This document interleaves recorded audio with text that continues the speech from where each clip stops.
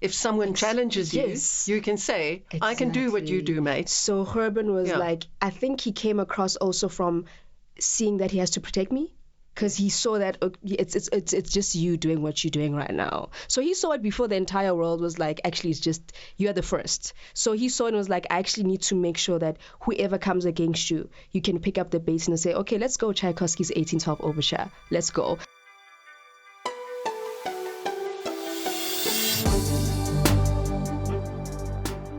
Hello and welcome to The Change Exchange, where we talk about the change moments in life, how we make it happen, and how we deal with it when life makes it happen.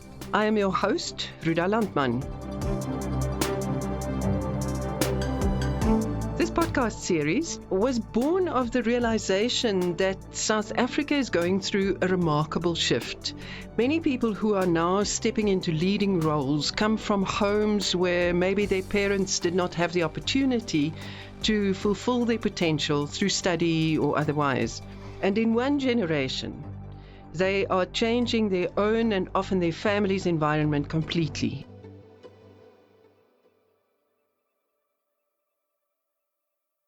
I'm joined at the microphone by Dr. Frank Magwegwe, whose own story illustrates what we're talking about. He was once homeless, and now he teaches financial wellness and personal empowerment at GIBS, the Gordon Institute of Business Science in Johannesburg. And one of his main areas of research is the science of change. So, we're going to introduce you to wonderful guests who will tell us their story of change. And Dr. Frank will help us understand it in much more depth by putting a theoretical framework around it. We have a great guest in studio with us today, but I'll surprise you with that later. First, Dr. Frank, science of change. Is it even possible to say that, to make up a formula for change? Absolutely, Ruda, it is. I'm so excited. Stories of change really help us to unpack how people deal with change. And often, when people look out to others, they think they're different from me, they're special. That's why they have been able to change in one generation and achieve amazing stuff. So what we're going to do on this podcast is to take away the black box of change, is to bring research, is to bring formulas that are out there that really speak to what do people who are able to navigate change, what do they do different from those who perhaps are find it a little bit challenging to deal with change. And there lies in the science of change. We need to understand those who are good at change, what is it that they do? And I'm sure we're going to learn a lot from our guests on that. You've even distilled what looks like a mathematical formula. Absolutely. One of my very, very, very exciting moments a couple of years ago was coming across this idea of the change formula. Literally, Ruda, transformed my life. I've always been interested in change, my own story of change, but how do people navigate change? Then boom, one day I'm just doing my research, I'm thinking about how do I communicate the ideas around change? And I come across this formula. And it's so simple, Ruda, it's so intuitive. It simply says, for change to happen, 3 things need to be in place. The first one, the individual must have some sense of being dissatisfied with their status quo. In other words, I'm kind of unhappy. I don't like how things are currently. So that's the D in this formula. Then we've got a V. V really speaks to a vision. I like to think of it more as a compelling vision. The idea that I sit and say to myself, when this change has taken place, there is the future that I will be part of, and it's so exciting, right? That's what enables you to want to embark on this change because the vision is so compelling. But of course, research tells us you may be dissatisfied, you may have the vision, but if you cannot take baby steps, if you cannot take the first step toward that change, it will be very difficult to start that journey of change. And so there, folks, you've got it. The change formula simply says D, times V times F has to be greater than resistance to change for any person to be able to navigate change. And of course, it's important, Ruda. I didn't say D plus V plus F. I said times. That is very important and deliberate. Because what it's telling us is this. None of those three elements can be a zero. As we all know, 0 times anything is a 0. You need a little bit of the dissatisfaction with the status quo. You need some compelling vision, and definitely you need to be able to take those first steps. I like to think of them as baby steps. And there is the change formula. And it will really underpin a lot of our work during this podcast series. Let me immediately bring in our guest because she's nodding her head off. Ofentse Pitse, you are an architect and first black South African woman to conduct and own an all-black orchestra, classical orchestra, I assume. I mean, there have been bands, but not orchestra. Youngest black woman to be a conductor, Mail and Guardian's Power of Woman 2022 recipient. Welcome. Thank you very much. I mean, thank you for having me on this very interesting morning when you're talking about change formulas. Why were you so in such agreement with what Dr. Frank was saying? I was in such agreement because with change, there's a lot of resistance, right? And that really tied into my story. And especially when you mentioned the baby steps, right? So that immediately took me to when I was a kid. And then all you have as a kid is just dreams, and you everything is limitless as a kid. And then you grow up and then you're dealing with real life stuff, right? So I always try and maintain looking at the world with the same eyes I had as a kid, right? Because resistance will always be there. So I always try to keep that at the core of everything that I do. So that is always my subject matter, looking at the world through the eyes of a child. So in that way, resistance will come, each level, new devil. So I that's what I say, new level, new devil. But if you keep your eyes just tethered to that of a child, you will, I guess you will not stop. And that honestly is my formula. I just have to put it down scientifically. But let's take you back to when you were a child. Your mother and your grandparents played an enormous role. Tell us about them. I mean, my mom was a powerhouse, right? She was a powerhouse of note. You see me, you see my mother, right? So my mother was an individual, right? See, she always broke molds. She never followed the status quo. So, I mean, also in that era where you'll find that parents are very strict. Parents tell you what to do, what not to do. My mom would be very respectful to my grandparents, but would have time to sneak out and be her own person. So because of that, she never told me what to do, what to be. She would always be like, okay, what do you want to do?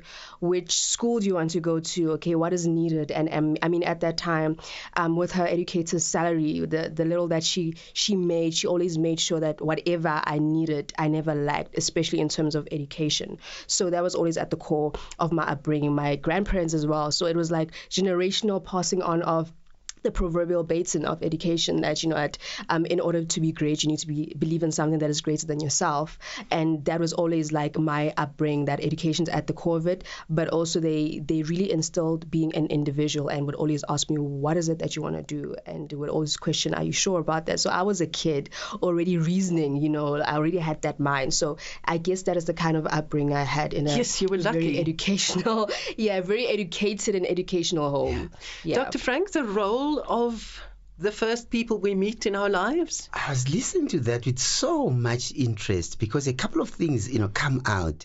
And I think, Ruda, you're quite right when you say you were lucky because often, particularly in South Africa, young people didn't get an opportunity, to grow up in an environment like that. And that environment is so key. When we look at research, for example, research around change, one of the things that happens when we're young people and we're taking, Ofentse back to when she was a kid, is this idea of what is my identity, right? Who am I? And it's not only who am I is okay, you're figuring it out as you start. But an even more important question that I got a sense from Ofentse that was part of her upbringing is, who can I be? Who can I become? And that really talks to a fancy word we use in research around this idea of social norms. Are you growing up being told girls can only achieve the following, boys can only achieve the following? Are you growing up being told you don't ask grown-ups questions? We tell you what to do and you listen. Are you being raised with the opportunity, even as a young person, of saying, but this is what I think? And then you get an opportunity, to kind of argue why you think that way, how you see the world that way, without being told it's wrong, without being told you're too young, just listen to us. So that idea of societal or norms is so critical in building an identity. And as you see, I'm sure in this story, identity, a key part of navigating change. People don't spend a lot of time thinking about financial services. They simply think about the money they need to do things and the things they need to do with money. That's why at BrightRock, we don't think of ourselves as a financial services provider. Rather, we're a money company. In fact, we're the needs-matched money company. Everything we do is about meeting people's changing needs. That's why we created the first ever needs-matched life insurance that changes as your life changes. And because we want to meet people's changing needs throughout their lives, we set out to learn everything and share everything there is to know about change. We call it Change Science, and you can learn all about it at the Change Exchange, a free resource that's filled with tips, tools, and inspiring stories to help you navigate change in your life. You can find more on changeexchange.co.za or on your preferred podcast platform. Just search for Change Exchange. Made just for you by BrightRock, the first ever needs-matched life insurance that changes as your life changes. Welcome back to Change in One Generation, where our guest is Ofentse Pitse, architect and conductor. You managed to go to Pro Arte, the school in Pretoria, the art school. That's reg so. But it wasn't. But it wasn't easy. You were getting up at 4 a.m. It wasn't the school across the road or Daddy's SUV. And at the school, when you wanted to take music, you were rebuffed. Yeah. They said, "You don't have a piano. You're not one of us." Yes. So ek is van 'n tweetalige skool af. Pro Arte Ofentse coming out. Right? You cannot not be from Pretoria and not say that. Mooi man. Yes, that's right. So I would get up at 4 a.m. and again, support of my mother. So my mom she made sure that things were easy. So she would make my lunchbox, my school uniform was ironed, my socks were there.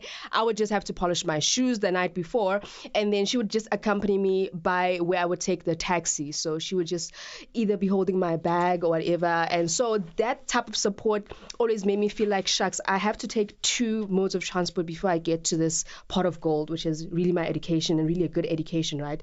And then I have to get to school 7:30 in the morning, and I have to go through all of these difficult subjects and all that and still make it through, right? But was music your thing? Art was always my thing. So I was always the one drawing. My mom would bring me like exam pads from school, pencils, pens, and all of these things. So I was just always the artist of the family. And the music thing just came, again, when things are passed on in the spiritual sense from one person to the other. So I get this gift from my grandfather, right, who was an exceptional jazz musician who played the trumpet, funny enough. And then he was also a conductor of the Jazz Maniacs. So art was always my thing. But when I got to Pro Arte and I saw the music department, I was like, shucks, I also play the instrument at church. I play the trumpet at church. So I just wanted to touch the piano, honestly, because I was like, wow, I always see at assembly, they always play this grand Yamaha. And how did you respond when this teacher said, this is not for you? Oh, that for me, it shattered any ounce of dream that I had. So for the longest time, I had this trauma response to music. Right. So because remembering how I felt when I, came across these young instrumentalists from Katlehong, I was like, I don't ever want them to feel the same way that I felt. So because of, I know how it feels to be told that because you don't have this, so you don't have access, or we cannot grant you access. So I felt like I don't want another young person to ever, if I have the power to change that, I don't want another young person to ever feel like that. So that's the same thought that you expressed in an interview where you said you want to give the black child and the black girl child a place at the table. Exactly, a seat at the table. So because of that, I remember even stopping I would never walk past the music department. I would take the longer route. So even if I have to go to like an English or a physics class, I would just, because I'm like, even hearing the tones of the piano or whatever instruments would just make me feel like I can never attain that. So it would kind of like limit me, and I did not like that feeling. So that was always my, I guess, the fuel of how I'm here today, because I was like, I don't want another young person to ever be told because you are from Mabopane, you're from Katleho, you're from Tembisa, you cannot be a musician or even play an instrument. This is not open for you. This is not open for you. Dr. Frank, you've made frantic notes. Frantic notes. I am, because I'm thinking, my goodness, I'm so excited because when we listen to stories of change, we're able to distill, like I said in the intro, those who successfully navigate change. What is it that they do different from people who struggle with change? And here we've got this nugget, Ruda. That's why I just had to write it down. So an important part of navigating change is earlier obstacles or earlier difficulties in life, right? It's experiencing, and we've got a fancy word in research, we call it resilience. Really, this idea of successfully overcoming obstacles, overcoming challenges. And it is so interesting that Ofentse used the word that we often attach to the idea, Ruda, of resilience. She said she experienced trauma when she was walking past the music department, right? Yes. And resilience specifically talks to that. Trauma, tragedy, difficulties, and what happens to an individual who have gone through that. They deal with that challenge, and we can come a little bit later to how they deal with it. But what happens to them is that because they successfully navigated the difficulties, a mindset starts establishing within themselves. You get and they fit for change. You get fit for change. You get prepared for change. And you say to yourself, you face a few obstacles, and you say to yourself, my goodness, let me think about that trauma. Let me think about that challenge that I faced. How did I navigate it? Wait a minute. If I could navigate that, I'm ready for this one. And so we learn.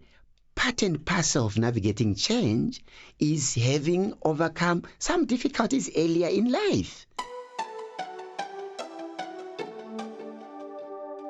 And then architecture. Why architecture, and where did you get the funding? Oof. Because this was before NSFAS, huh? This was before NSFAS. It was in the formative years of NSFAS, right? Yeah. So architecture, because, I mean, again, I did arts. So my gift is the gift of art. So from a kid, I was drawing, like in preschool, kids were drawing Stickman. I was drawing like SpongeBob, Johnny Bravo, like cartoon characters, you know, like my gym partner is a monkey. I had that understanding. So I don't know how my mind was wired as a kid, but I would look at what is happening on TV and I would be able to mimic that on paper. Like I would be able to draw that, right? And then, so when I went to Pro Arte, Elfin Park, art was my major. So in art, they teach you everything about art. They teach you the history of architecture, so your Parthenon, your pantheons, and then they take you to art now, your Jacques-Louis David, your Malays, your Monets, and all that. And then they get into a bit of music. So it's always interrelated. So I got to understand from a very early age how art is more than one thing, right? So now when came the option of, okay, now what am I going to do? Because now I'm in grade 11, matric is just around the corner. And then I just wanted to be an artist, right? And then my eldest uncle was, because he was an art collector, he was like, okay, but are you sure? Artists right now in South Africa, they don't really succeed financially. And I was like, shucks, if anything, I don't want to keep struggling, because I've struggled through my educational years with Pro Arte, waking up at 4 and all that. I wouldn't want to now struggle again as an adult. So I was like, shucks, okay, I'm good with maths. I have physics. I'm quite well spoken. I have art. Okay, architecture. So let's try that out. And then applied and then had an interview. And it's very difficult to get into architecture, by the way. You have to just Was be this a unicorn. Wits, This or was where did you- Wits. This was Wits because I wanted to leave Pretoria. I'm from Pretoria, but I was like, I need to leave Pretoria. I need, again, change, right? I don't like being stuck in one thing and feeling like I'm comfortable here. So I was like, you know what, I want to move. Let's see the new challenge. Let's get us to the new step. So I went to Wits. And then they took me at Wits, and then, yeah, it was very difficult. So in the beginning, I had a bit of funding, and then again, architecture does not really, at that time especially, did not have bursaries and all that. So my mom struggled through trying to pay for my tuition and then my accommodation. And then in the midst of all that, I taught myself how to be a graphic designer. So I would graphic design, make logos, branding, and then I would get paid for that work, and then that would help sort of like ensure that I have groceries and some things. Like I wanted to alleviate my mother's stress, right?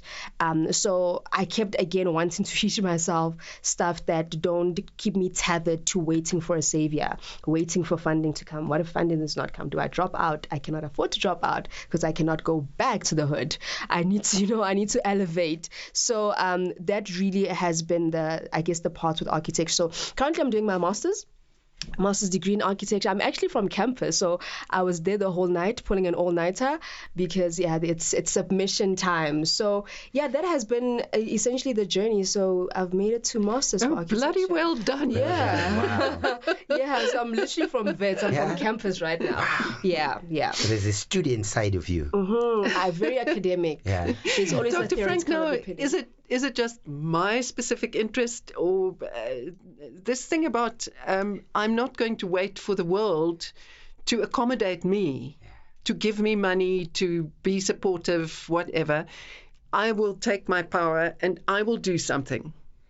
And there again, we come to a critical component of change. So when I was listening to that, what came to mind for me were two things. So firstly, there's a number, almost there's an overarching vision, but you could almost say there's sub-visions. There's, I need to leave Pretoria. I need to alleviate my mother's suffering. For my own sake, I need good financial well-being, from the discussion with the uncle. So I can see the vision is still there, right? But we need more than just the vision. Now we are going into this idea of taking the first steps. You can see the mindset. I can't just rely on my mom because she's already struggling. So I need to do something about it. I'm going to graphic design. It's about self. I'm going to earn a little bit of money, from using the skills that I have. And I want to hone in onto that. That's my second observation. So the multi-visions, I guess, was one. The second part, Ruda, is this idea of I know what I'm good at. I speak well. I can play these music instruments. I was writing it down. What am I good at, right? I don't want to keep struggling. So an aspect of change that often people don't realize is sitting back and saying, what am I good at? Because when you realize what you're good at, that becomes your strength during difficulties of navigating change. Because you say, for example, I'm an optimistic person. It's going to be okay when I'm navigating that. Or in this instance, right, I've got the skill of art. I'm going to graphic design and a little bit of money, out of that. So we see, again, those two components, the vision coming through and that ability of taking those first steps to say it's within my power to enact change. Correct. You are so happy with that. No, correct. It is that because I had to and it was very uncomfortable. It's called uncomfortable growth. Yeah. I had to be okay with being uncomfortable because I was like, again, there's no one coming to save me. So it's either I create a means for me to combat the fact that there's no obsession for success where I come from, right? You have kids mothering before they even have breasts where I come from. So I saw that and it almost gave me this feeling that there's no way I'm going back. There's no way I'm going back. If I'm going back to show them that, hey, actually, this is how I made it out. I'm not going back to be another number, whatever, of the statistic, right? So that's why me having to push through was based on the fact that I cannot go back. Sure. I cannot go back there. And then the next step, well, it wasn't actually a next step, it was a completely different dance, was you got together a choir. Yes. How did that happen and why? So the choir element, again, growing up in the Salvation Army, right? So there's the brass band, there's always a choir as well, right? So when I got to Wits, there was a church in Soweto, Piet Memorial Corps, that I was a part of, right? Do you sing? I used to sing soprano, but now those who cannot do teach. Right? Those who can't do teach now. So don't put me on the spot. I can conduct for you right now. So moved to the church had the choir element and then the band element, right? So the two were always tethered together. And then the idea of a choir came because I was going to a lot of choir competitions, school choir competitions, right, where you see these young people competing from like local, national, and regional level, and you're like, shucks, how is a grade 8 singing like Pavarotti? Like, where does that voice come from? Who are these people? So then I would want to find out who they were. So I would have this conviction of just wanting to find out who people are beyond just what they're doing, right? So I would bother them after these competitions, be like, hey, that was beautiful. Was that Puccini? Oh, was that, Mendelssohn? Ah, beautiful. What's your name? Where do you come from? Where did you start? Like, who's your vocal coach? Whatever, which school are you from? So I then collected the data of phone numbers, and then I would create this group chat where I was like, hey, this is who I am. Let's meet on Saturday for a rehearsal, right? And then I will just have scores. Why? Because I just had this love for bringing young people together. Again, I'm talking about young people from a disenfranchised part of the community. So it reminded me of where I come from. And for me, it was art that always saved me, right? Art in my small room when I was like, there's a lot happening out there, and things that I don't want to get, that I don't want to be a part of. But all I had was my room and these pencils, these crayons, or whatever, and these pieces of paper, and I was creating art. That was my escape. So I saw that, okay, their escape is music. How do I create a space where I can get all of them? So it was almost like a social experiment, but I did not know. I didn't have the term for it, right? I just was like, I just want to bring you together because I love the way you sing. So I want to hear you guys sing all together. So tell us about the first time that you... Yes. Okay, so now there are, 10 people, 12 people? No, it was 16.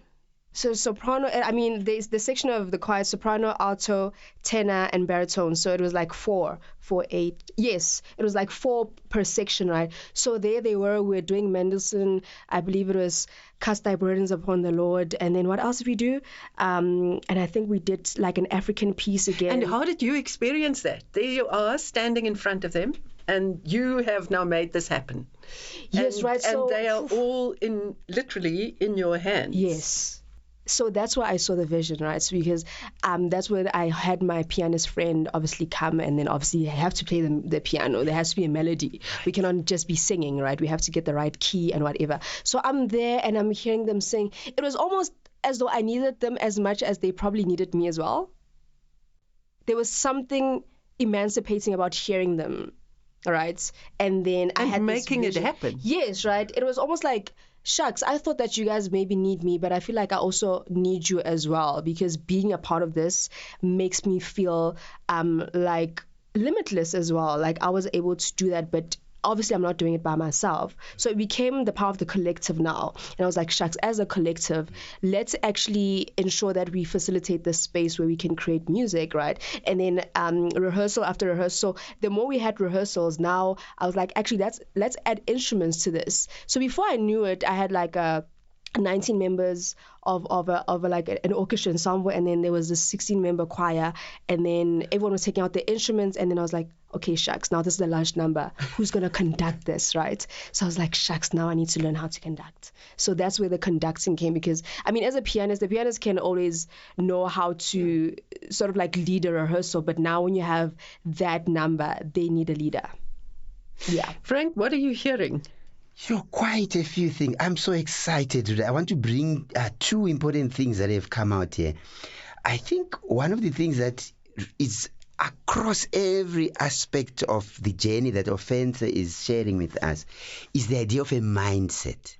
Now, what is a mindset? Simply a mindset, it's a set of beliefs, attitudes, knowledge we have towards something. So we can have a money mindset, we can have a stress mindset. Often people talk about a growth mindset or a scarcity mindset, right? So set of attitudes, beliefs, and knowledge. And there is no doubt when you listen carefully to this story, there is this mindset. For me, I'm paraphrasing what I'm hearing from Ofentse. The world is full of possibilities.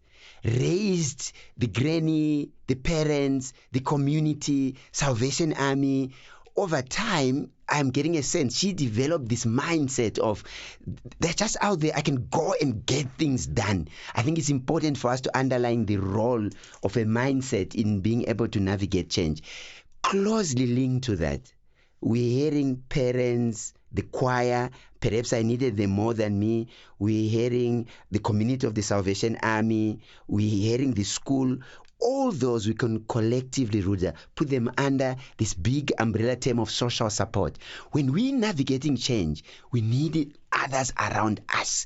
We cannot do it alone. So change is almost like a team sport. The more you see others around you giving you energy, you feeding off their energy, you develop this sense of I can do it. And so it's so important never to feel lonely and not reach out to others during moments of change. You need others to, it becomes easier when you walk that journey with others. You were looking for mentors. Yeah. Because you're now an architecture student, you're not a music student. And a number of doors you knocked on were basically slammed in your face. But you found someone. Tell us a little bit about that journey. So I feel like I get this resilient spirit from my mom. Like, my mom would have this thing when I'd be like, oh, I don't know what we're going to do. I need this for school, but I know we cannot afford it. My mom would be like, you know what, I'll make a plan. And I'm looking at her like, you understand that I need this tomorrow, right? And then she'd be like, no, I'll make a plan. So she had this faith in her that was just like able to just move any mountain. And I would just look at her like, no, we're not. And then she will come back home like hours later and then having made a plan. So that resilience, because I saw it firsthand, right? For me, it almost became my default setting. So I kept knocking on doors, right? Knock on this door, knock on that door. And I think to really buffer the disappointment, I would knock on many doors at once. So I don't remember which one was actually closed, and really just hope that one catches, right? So that I'm not like, it's been 20 doors that I knocked on. So I'll make sure that... Someone once said, no means next. Yes, exactly.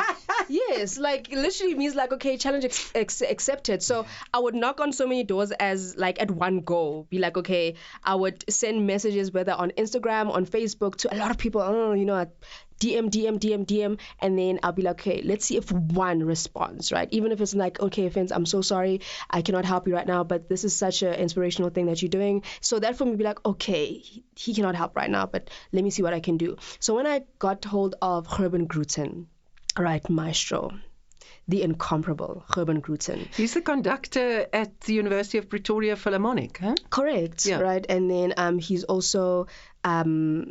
I don't know if he's still the head, but currently he's in Holland, right? So apart from that, he had this illustrious career, right, in Europe. So he was the assistant to Claudio Abbado, who is my conducting hero, right? Like the giant Claudio Abbado of the Berlin Philharmonic Orchestra, which I aspire to be, to build my brand to be like that. So you just somehow went for the top. Yeah. Listen, in order to be like great, you have to believe in something that's greater than you. So I was like, okay, if I can get Herben Grooten, everything else that said no to me, it does not matter. And so tell me about getting the message. Yes. So Herben was like, hey, Ofentse, thank you for your message. Let's meet, right? So these people want to meet you to suss out your energy and see if you are legit, right? So I was like, okay, Mr. G, let's meet. And then we met for coffee. And then he was, okay, tell me what you want to do. And then I told him what my story is. I'm really interested in African storytelling. So, African pieces, African composers and all this. Like, okay, that's great. I'll teach you everything I know, right? But also, you can do the African stuff, but it's also important, especially because you're young, you're female. These people who are going to challenge you. So I also have to teach you the difficult stuff. I have to teach you your Tchaikovskys. I have to go into Beethoven. I have to go into Mozart. We have to go into your Finlandias and all, like very difficult, complex pieces, so that you're not just one-dimensional. You can come with the African stuff, but you can also do the very difficult stuff, right? That European conductors really flourish in. So I was like, oh, okay, so. But that would also give you a kind of formal. If someone challenges you, you can say, I can do what you do, mate. So Herman was like, I think he came across also from seeing that he has to protect me. Because he saw that it's just you doing what you're doing right now. So he saw it before the entire world was like, actually, it's just, you're the first. So he saw it and was like, I actually need to make sure that whoever comes against you, you can pick up the bass and say, okay, let's go Tchaikovsky's 1812 Overture. Let's go. So then Herman literally told me everything that he knew. So there was never, no, this is for girls, this is for boys. There was never like babying when we came to scores. Like, we would go to Dvorak's, New World Symphony, and like we would go into difficult, very difficult pieces that end a lot of careers, right? So that's what I always also appreciate about Herman, that he never saw me as just, this young girl. He was like, listen, I need to teach you. So he coached me, like, I guess how Serena's father coached her. Like, there was never a young girl thing. He was like, listen, if we're going to teach you how to play tennis, we're going to teach you how to play tennis. Otherwise, let's leave this. So that is the mentality. And she would have to practice for hours and hours and hours. What was expected from you?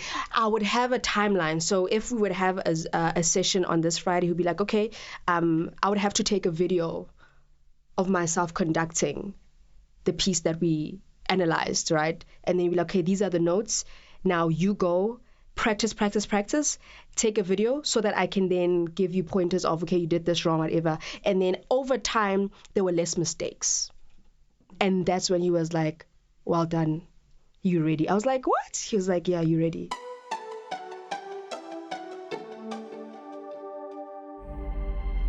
We created the Change Exchange because at Bright Rock, we love change. And we wanted to know and share everything there is to know about change and how it impacts our lives. We call it Change Science. Change Science shows that everyone can get better at navigating change, and that in all moments of change, there's always opportunity. To learn more about Change Science, visit the Change Exchange, our free resource that's filled with tips, tools, and inspiring stories to help you navigate change in your life. Just like the stories in this podcast, you can find many more on changeexchange.co.za or on your preferred podcast platform. Just search for Change Exchange. Made just for you by Bright Rock, the first ever needs-matched life insurance that changes as your life changes.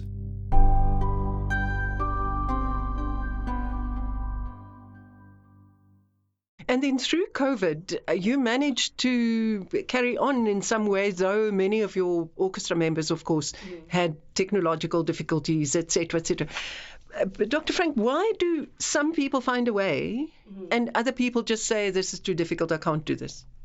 I am so glad I got this question, because I've been itching to introduce another important element that builds resilience and helps us navigate change. And it is simply optimism. It sounds so simple, I know, there's Ruda laughing, but research across many countries, different nationalities, has come to this conclusion, Ruda. It says to us, the engine of change, the engine of resilience is optimism. Some people are just so tenacious, they persevere, because underlying that, you mentioned grit earlier, they just say to themselves, it doesn't matter how challenging things are, there's a positive future. In time, good things happen to people. That's a simple definition of optimism. In time, good things happen.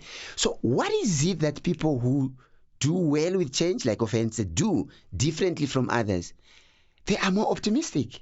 And it's a skill. It's not a trait, it's a skill. We can learn to be more optimistic, right? So it's so critical when we are engaging with change, that vision that we have. Part of it, builds the optimism in us because we want to get to that vision. How do we learn to be like that? There are a number of things. One that I can share, and again, lots of studies back it up. It's an interesting exercise. It's called the future possible self. Now, I'm going to put words in our guest's mouth, but I'm sure she's going to say, I don't think I'm far-fetched from what I'm saying. If I look at everything she has shared with us, I would want to argue as an academic that there is an element of Ofentse pushing herself into the future as a young person when she had these 16 people at the beginning, for example, and she envisaged a future where she is conducting a big orchestra, but actually she's just there with the 16 people in front of her. Envisaging a future self builds optimism. I don't know if I'm right, Ofentse. Did you ever see yourself, you conducting your 16, 19 people, right? That's where you are. But you project a future self, a big choir. There's music going, there's a huge audience. Did you ever do that? No, definitely. I mean, I was in the small classroom with the ensemble, and then I imagined them at the Sydney Opera House. Future possible so self. That is literally what I was working to. I was like Sydney Opera House. Yeah, there we go. Key part of dealing with change. So what does it tell us, Ruda? It says, yes, we must deal with the reality of where we are when we are facing change, but we need optimism to take us into that future possibilities and say, I may be struggling now, but my goodness, I'm going to persevere, I'm going to have grit, because that vision that I have is just too beautiful to not chase after. Amazing. That's absolutely wonderful. Now, something we talked about earlier, Dr. Frank, is retaining a balance between kind of a day job and this astonishing thing that you're building. You're on your way to the Sydney Opera House. Yeah. That's going to take many hours. Mm-hmm. Why do you find it necessary, and how do you manage it to still work an office job? So that's the thing. I moved past office and a structural corporate 9-to-5 a while back. So right now I freelance as an architect, right? I at times, do my own projects and all that, because what has been taking a lot of my time has been the music. So there had to be a point where I actually decide which one I'm feeding more. Is the orchestra beginning to be an enterprise? Is it beginning to make money? I would say yes. We're beginning to get the recognition that I've just been fighting for. Getting the bookings where I don't have to explain why you have to book us. So now it's like, okay, we need you for this. And I'm like, okay, give me the date. What is the theme and all that? And then we work around, do they want the big ensemble? Do they want a small ensemble? And all that. So it's only now, I would say, starting to gain the momentum that I wanted it to. Do you remember the first time you said to someone, but you have to pay us? Yes, I do. And that was always in the beginning, because remember, the people I was also bothering online were the people who were business people who ran their organizations. And then I was seeking advice because I was like, listen, this is what I have. I don't want to fail. I've seen a lot of choirs. I've seen a lot of choral groups fail. So I've seen you and the work that you do online. Can you please give me a few pointers? And everyone was like, you have to treat this like a business. So from the onset, I looked at this as a business. So there was a vision, there's a value proposition from the onset of what it is that we're doing and why we're doing it and how we are doing it. So I already had a clear understanding of what this thing was from the beginning, even though it was like a developing concept and idea, but I always knew that. So there's a kind of combination of hard-headedness and idealism. Absolutely. And I think you need that to navigate change and achieve your objective. It almost speaks to this idea of I accept my current reality. These are the brutal facts of where I find myself, right? And here's the interesting thing about change that you're getting us into. Some people, when they accept the brutal facts of their reality, right, they fall into despair. It's so hard. I can't do it. Other people can do it, not me. But what we are seeing here is the other side, and hence I introduced the idea earlier of optimism, because I accept the brutal reality, but something inside me says, yes, these are the facts, but there is this vision that I'm chasing. I believe fundamental that in time, good things happen. And I think it will be okay. And by the way, another element that is coming through this story for me is the idea of not wanting to know exactly how things will pan out. So in other words, A must lead to B, must lead to C, must lead to D. So often when you want to plan exactly like that and things don't work out, you can easily fall into despair. You can easily give up. But here you've got a broad idea. This is where I'm going. This is the vision. I don't know exactly how I'm going to go there. I'm going to use social support. I'm going to use my skills. I know my strength. I'm going to reach out to people. But generally, this is where I'm going. And I think it's so important when we deal with change to not want to know exactly the path and what we will do to achieve our vision and goals.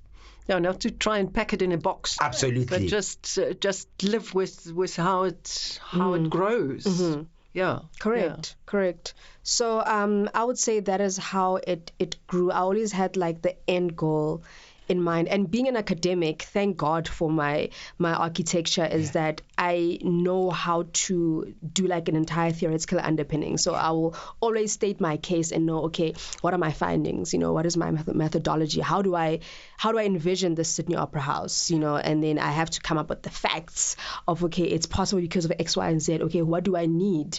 So it's almost like coming up with a timeline, also coming up with like a concept development of sorts. So my academic muscle, I guess, has also helped really get this brand where it is at right now, because again, it's an anomaly. You cannot put me in the classical music space predominantly. You cannot really put me in jazz. You cannot really put me in pop culture. So it's all of these things. Like, I'm so multi-tiered that I can do a Bach but still do a concert with Judas Sepuma, and still do a concert with the likes of Black Coffee or Sanal Musician, and then still be able to do like an entirely different event for like a big corporate, like I did with Bedfest a couple of weeks ago. Congratulations. So thank you so very much. So it's very multi-tiered, and it was very intentional to get it like that. Fantastic. I think that's a wonderful note to end this first discussion. Dr. Frank, this is going to be amazing. I'm so glad we're doing this. And you can see the V, the D, the F. When those are there, resistance is no chance. It's blown away. Yeah. Ofentse, thank you so much for having been our first guest. It was a very good opening movement, I think. Many firsts. Thank you very much. Thank you very much. And to the listeners, please join us again for the other episodes in this series. The stories are remarkable, and I find the research insights absolutely fascinating and empowering. Absolutely. Thank you for that, Dr. Frank. Because we are giving the people what you need to do to be able to be navigating change well in life. It's not a black box. There's a science behind it. Thank you so much. Meet you again on the Change Exchange.